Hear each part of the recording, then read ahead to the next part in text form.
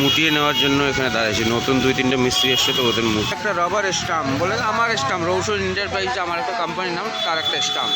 দেখো এলো ওদের প্রজেক্ট অ্যান্ড ওয়াও বিল্ডিংগুলো একদম ওয়া লাগে দেখতে না, তোমার কি লাগে?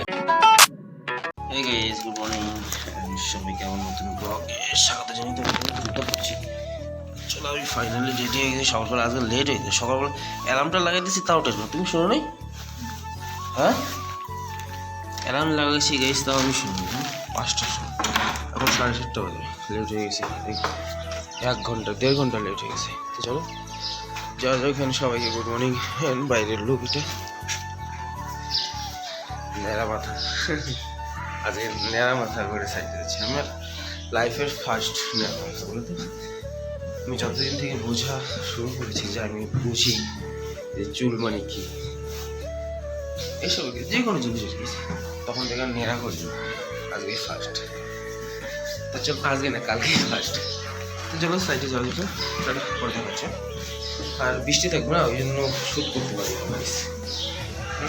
তো গাইস আমি আর চলে আসি কল্যাণ, মানে সাইডের আশেপাশে। তো আমি মুটিয়ে নেওয়ার জন্য এখানে দাঁড়িয়েছি। নতুন 2-3টে মিস্ত্রি এসছে, তো ওদের মুটিয়ে নিই।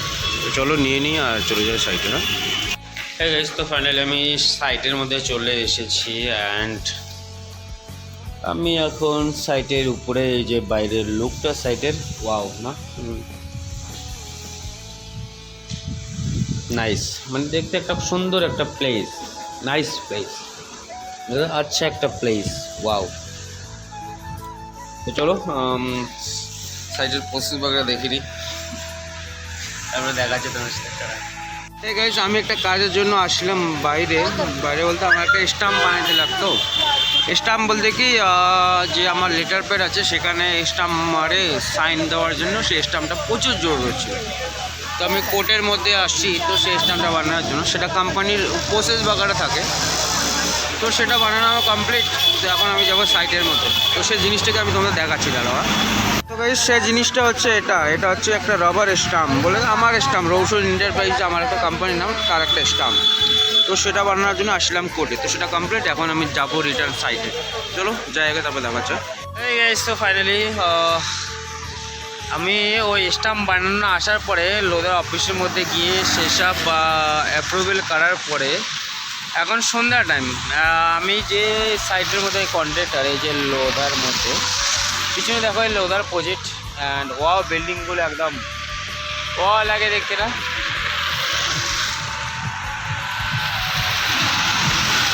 ওয়াও লাগে না দেখতে। তো সেসব কাজ কমপ্লিট করার পরে লোদাতে ওসব পেপার ওয়ার্ক সাবমিট করার পরে এখন টাইম কটা বাজছে যেন 7:30। 7:30 পর্যন্ত দেখা যায় মুম্বাই। গাইস দেখো এরকম অবস্থা, দেখো টাকলা মালার।